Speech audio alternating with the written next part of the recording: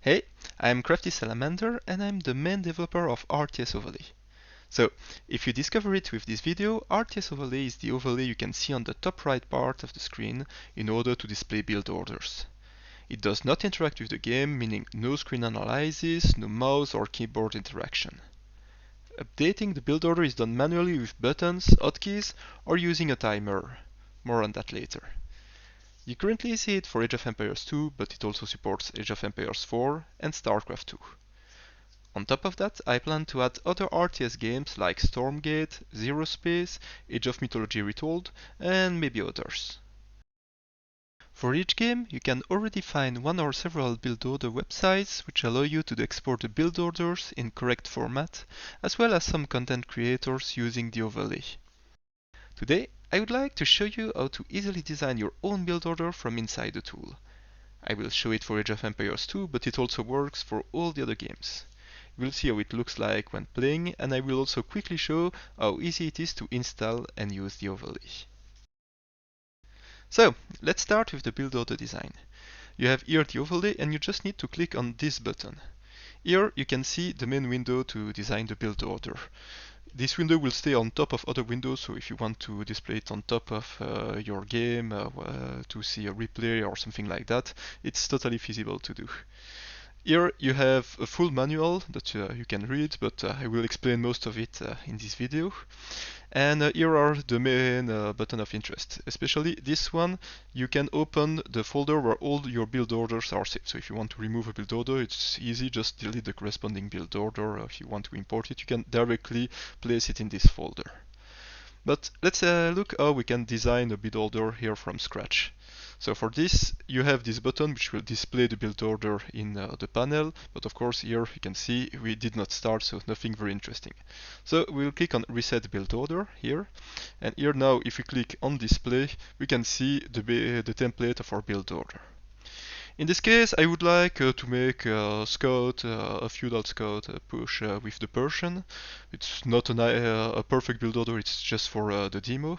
So for this, I would like to first select a faction. So you can see the civilization here, it's generic, but here I would like specifically the Persian. So I click here, you see the name appears here, and it will also paste it into your mouse. So here, now I just need to replace it with the name of the civilization I want. So I can give a name for my build order. For instance, Scouts Opening. I can also add author, source, but these are just info stored in the build order. This does not impact the tool itself. So let's start with the first step. Initially, you see you can display the number of villagers to reach at the end of each step, the age to reach at the end of each step. One is Dark Age, the resources, and also some notes for the build order. So first thing we want to do, for instance, is build 2 house, and for the house I could write house myself, or I can look all the image here. So I know that the house is in this category here, clicking on the button, and I just need to paste it here. So build 2 house, and I can say also 6 first villagers. The villagers are in the resource panel, so after some use you will remember easily where each part is, but other than that it's easy to find. So archery range, barracks, so it's kind of except a few of them, most of them it's obvious where you can find the corresponding images. So 6 first villager, 2 sheep, so and sheep is in the animal category. Up, we have it here. 6 villager, 2 sheep, and I will also update the build order accordingly. So we have 6 on food and a total count of 6 villager. And I can already display what I have here. So you can see indeed 6 on food, 6 villager, build 2 houses, 6 villager, 2 sheep. So we can check in real time how the build orders look like. And with this arrow we can go from one step to the next, but we only have a single step. And for this, what we need to do is just clicking on Add Step. So, what is the next step that we want to do? We want to send 3, to say the next 3 villagers. So the villager up are here, next 3 villager to wood, which is in the same category, and it will be good to build a lumber camp. Build lumber camp here, which we will add then 3 villagers here for a total of 9 villagers. And you can see here that each time the build order check if everything is valid. So here you can see it's valid build order for timing. I will explain at the end.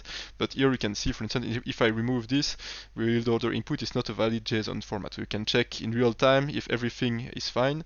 So I will just Control Z to get back to what we had before. And we'll also check other things, like for instance here if I put a name here, you have the explanation: invalid build order step 1, which is this one. So this is step 0, this is step 1, as an invalid food resource, which is this. So I will put it back to its initial value.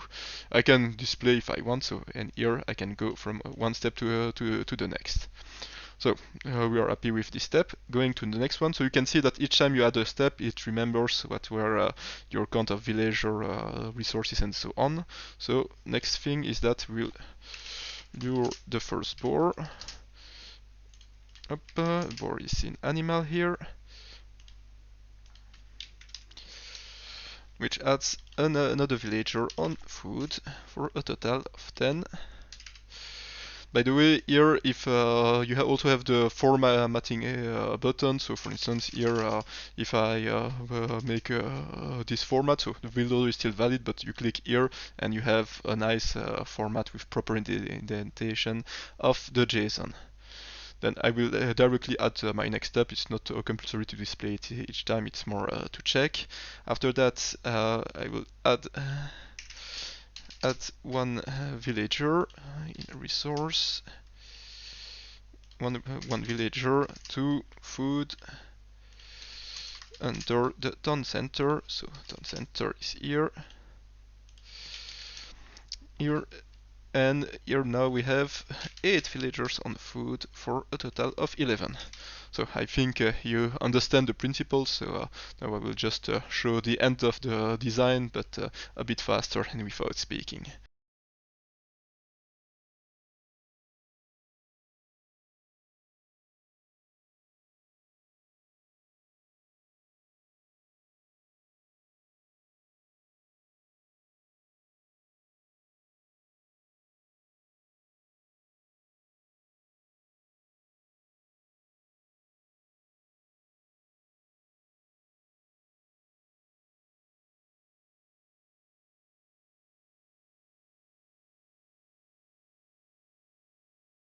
Okay, and we arrive here at the end of the build order.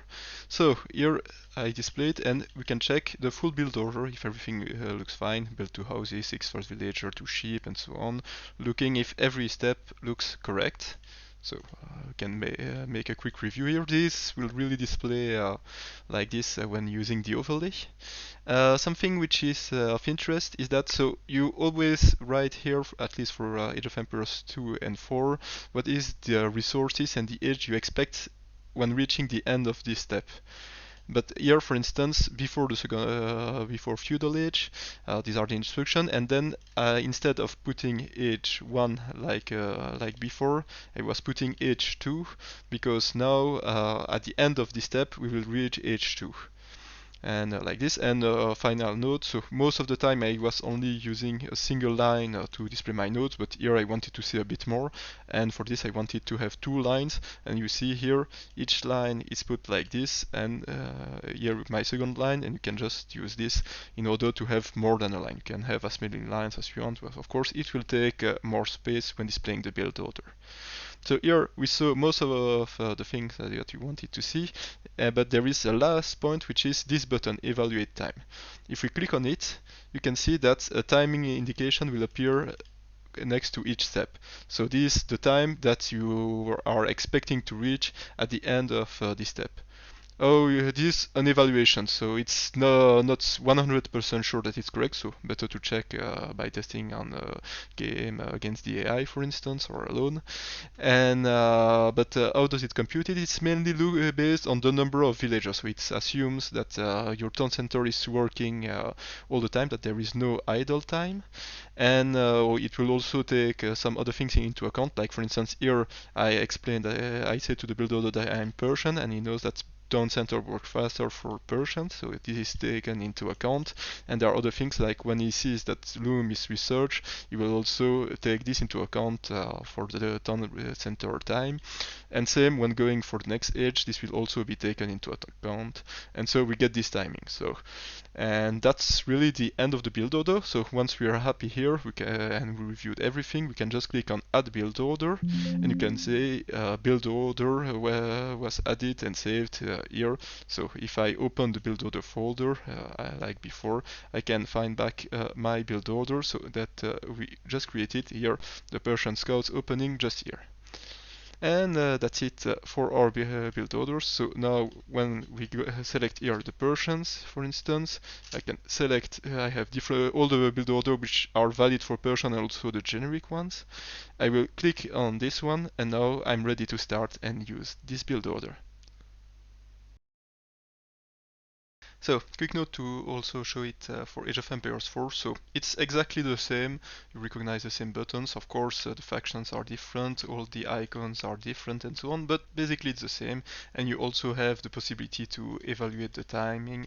It's exactly the same idea as for Age of Empires 2, but of course using Age of Empires 4 evaluation time, which is following different rules. And also for both Age of Empires games, you also have a possibility to add an offset for the timing evaluation.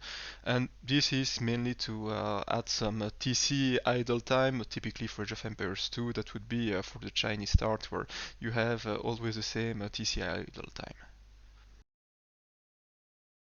Okay, and finally we have the exact same stuff for StarCraft 2. So again, new factions, new units and techs and so on, but it's the same idea. But there are still a few differences. The main one is that there is no timing evaluation, so for the time indication you need to provide it yourself. And also typically for Age of Empires games, the timing corresponds to the end of the current step, while for StarCraft 2 it corresponds usually to the beginning of the current step. Let's take a look at the build order in action. So here you have RTS Overlay open with different configuration, but the main one I would like to show is the hotkeys configuration. So you have different hotkeys, but the one I like to use is one to show ID overlay, one to go to the previous step of the build order, and one to go to the next step. I will show them in action. One to start the timer feature, will also show it in action, and one to start and stop the timer. But let's see it with our build order. So I'm selecting the Persian. If I want to write scouts, so I can easily find back our build order, or I just write a space and I can see all my build orders, starting with the one for the Persians and then the generic ones. Let's select this one, and to see it I just need to click on the arrow. I see the build order, clicking again back to configuration and back to the build order. To see the different steps, I can click on the arrows here, or I can also use the hotkeys that we just defined so that I don't have to move my mouse while playing in game. Finally, another way to update the display is to click on the timer feature here, and this will compare the overlay timer to the timing indication we wrote for each step. So I'm starting it here. I could also use the hotkey, and after that I can go back in time using this arrow, go forward in time using this, or still using the hotkeys we just defined. So here I'm pressing the hotkeys, and you can see that each time it reaches the next indication, you will update the display accordingly, and then we also see the previous step and the next step. So I will restart it, so I'm stopping it, restarting the timer, and we'll see how it looks like in game.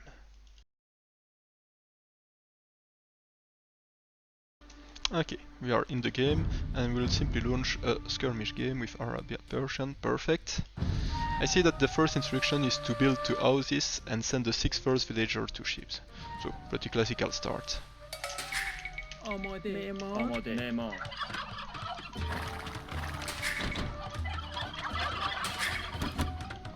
سلام علوف جمع کن. Okay, so here I was just concentrating a bit for the start of the game, which is not always easy, as you can know. So you can see that I have the build order timer here, and here we have the timer of the game. They look pretty close. So how did this work? So to start the timer, I simply used my hotkey, which was the space hotkey for me, and it's the same hotkey which will select the town center. So basically, when starting the game, first thing I'm doing is selecting my town center so that I can queue villagers. And by doing this, it will also start the timer at the same time. So I can just play normally, and I will have both working at the same time. So next thing is to send villager to woods. I did not yet find, yeah, this one is a bit too forward. Okay, here is a better place for my first wood line.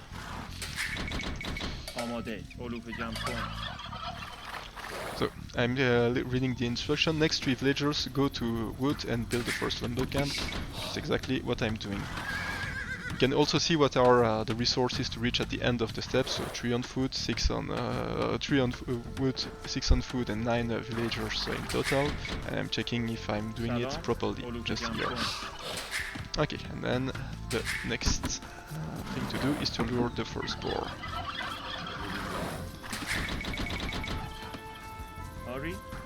سلام آماده سلام آماده صحیح صحیح آری بلوز جمع کن آماده میکنم سلام شکارچی. Okay, then I need to build a house and send the next 3 villagers to berries with a mill. آری معمار علوف جمع کن سلام شکارچی Okay, so I think you see a bit how this build order tool can work. So, I'm now running the game a bit faster, but you can still check the overlay and see that indeed the instructions remain in sync with the villagers' creation, which is a good opportunity when training to do a build order to check that you are on time with all the instructions. So it will also take into account the loom research time that will soon happen, happening now, and also we just started researching the feudal age, and the build order was still in sync with it. And it will also take into account the feudal age research time, and you'll see that we will go to the next step once reaching the next stage.